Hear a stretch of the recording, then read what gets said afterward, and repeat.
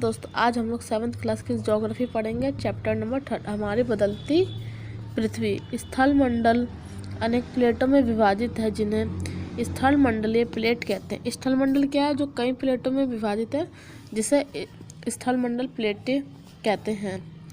ये प्लेट हमेशा धीमी गति से चारों ओर घूमती रहती है। जो स्थल मंडलीय प्लेटें हैं ये हमेशा धीमी गति से चारों ओर घूमती रहती हैं। प्रत्येक वर्ष केवल कुछ मिलीमीटर के लगभग पृथ्वी के अंदर पिघलते हुए मैग्मा में होने वाली गति के कारण ऐसा होता है। जो पृथ्वी के अंदर जो मैग्मा होता है पिघला हुआ, उसके गति के कारण ऐसा होता है। पृथ्वी के अंदर पिघला हुआ मैग्मा एक वृत्तीय रूप में घूमता है। जो पृथ्वी के अंदर पिघला हुआ मैग्मा होता है वो एक वृत्तीय रूप में घूमता है। प्लेट की इस गति के कारण पृथ्वी की सतह पर परिवर्तन होता है। जैसे प्लेट में परिवर्तन होगा वैसे पृथ्वी पर परिवर्तन होगा। पृथ्वी की गति को उन बलों के आधार पर विभाजित किया गया है जिनके कारण ये गतियाँ उत्पन्न होती हैं। जो बल पृथ्वी के आंतरिक भाग में घटित होते हैं उन्हें अंतर्जनित बल कहते हैं। अंतर्जनित बल किसे कहते हैं? जो बल पृथ्वी के आंतरिक भाग में घटित होते हैं उसे अंतर्जनित बल कहते हैं, यानी कि एंडोजेनिक फोर्स।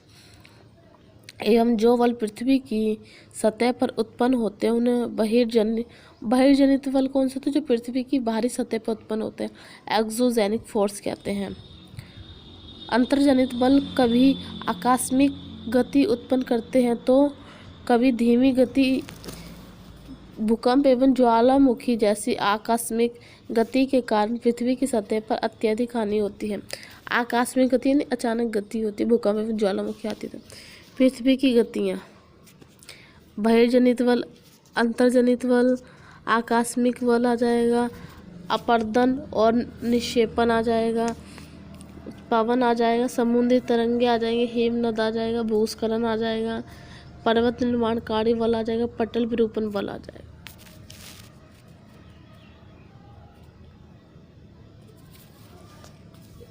स्थल मंडलीय प्लेट: ये भूपर्पटी में अनेक बड़ी एवं कुछ छोटी प्लेटें आसमान आकार की प्लेट होती हैं जिन पर महाद्वीप एवं महासागर की सतह टिकी रहती हैं। ज्वालामुखी भूपर्पटी पर खुला एक ऐसा छिद्र होता है जिससे पिघले हुए पदार्थ अचानक निकलते हैं। ज्वालामुखी होता है, ये जो भूपर्पटी होती है इस पे एक खुला हुआ ऐसा छिद्र होता है जिससे जो पिघले हुए पदार्थ होते हैं वो बाहर निकलते हैं अचानक। इस प्रकार स्थल मंडलीय प्लेटों की गति करने पर पृथ्वी की सतह पर कंपन होता है। ये कंपन पृथ्वी के चारों ओर गति कर सकता है। इस कंपन को भूकंप कहते हैं।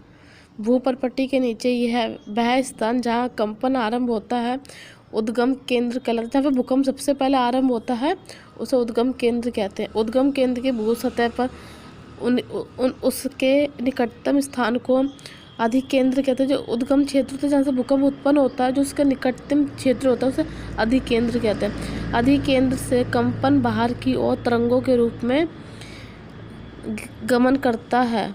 अधिकेंद्र के निकटतम भाग में सर्वाधिक हानि होती है एवं अधिकेंद्र से दूरी बढ़ने के साथ भूकंप की तीव्रता धीरे धीरे कम होती है। जैसे भूकंप अभिकेंद्र से दूर होगा वैसे से भूकंप की तीव्रता धीरे धीरे कम होती जाएगी।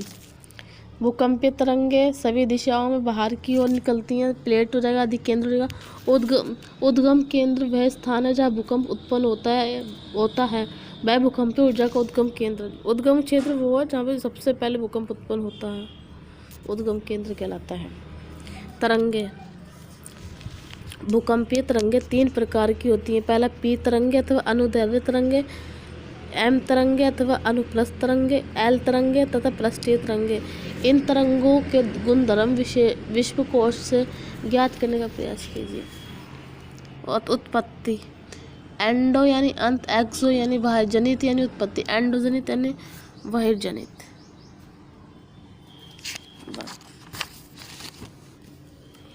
स्थानीय नहीं है नियम: भूकंप का मापन एक यंत्र से किया जाता है जिसे भूकंप लेखी कहते हैं। भूकंप को जो मापने का पैमाना होता है उसे भूकंप लेखी कहते हैं। भूकंप की तीव्रता रिक्टर स्केल पर मापी जाती है। भूकंप कितनी तेज आई रिक्टर स्केल पर मापते हैं। जिस भूकंप की तीव्रता 2.0 अथवा उससे कम होती है उसका प्रभाव नहीं के बराबर होता है। जिसे भूकंप की तीव्रता 5.0 होती है वह वस्तुओं के गिरने से क्षति पहुंचा सकता है। जिस भूकंप की तीव्रता 6.0 अथवा उससे अधिक होती है वह बहुत शक्तिशाली और होता है, तीव्रता अधिक होता है।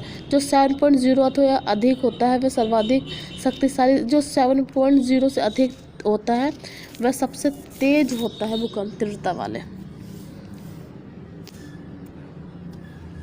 मुख्य स्थलाकृतियाँ अपक्षय एवं अपरदन नामक दो प्रक्रमों द्वारा पृष्ठीय लगातार विघटित होती रहती है। पृथ्वी की सतह पर शैलों के टूटने से अपक्षय की क्रिया होती है। भूदृश्य पर जल, पवन एवं हिम जैसे विभिन्न घटकों के द्वारा होने वाले क्षय को अपरदन कहते हैं।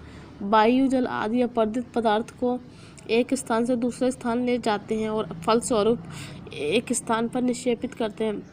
अपरदन एवं निक्षेपण के ये प्रक्रम पृथ्वी के धरातल पर विभिन्न स्थलाकृतियों का निर्माण करते हैं। नदी के कार्य नदी के जल से दृश्य भूमि का अपरदन होता है। जब नदी किसी खड़े ढाल वाले स्थान से अत्यधिक कठोर शैल या खड़े ढाल वाली घाटी में गिरती है तो ये जलप्रपात बनती है। जब नदी होती है जो खड़े ढाल से नीचे गिरेगी तो उसे जलप्रपात कहते हैं। विश्व में हजारों छोटे छोटे जलप्रपात है। सबसे ऊंचा जलप्रपात दक्षिण अमेरिका के वेनेजुएला का एंजल जलप्रपात। जो सबसे ऊंचा जलप्रपात है वह दक्षिण अमेरिका में है, वेनेजुएला का एंजल जलप्रपात है। अन्य जलप्रपात उत्तरी अमेरिका में कनाडा तथा संयुक्त राज्य अमेरिका की सीमा पर स्थित नियाग्रा जलप्रपात है। जो कनाडा हो गया अमेरिका की सीमा पर नियाग्रा जलप्रपात है। और अफ्रीका में जाम्बिया एवं जिम्बाब्वे की सीमा पर स्थित विक्टोरिया जलप्रपात का है। ये जाविया और जिम्बाब्वे में स्थित है। जब नदी मैदानी क्षेत्र में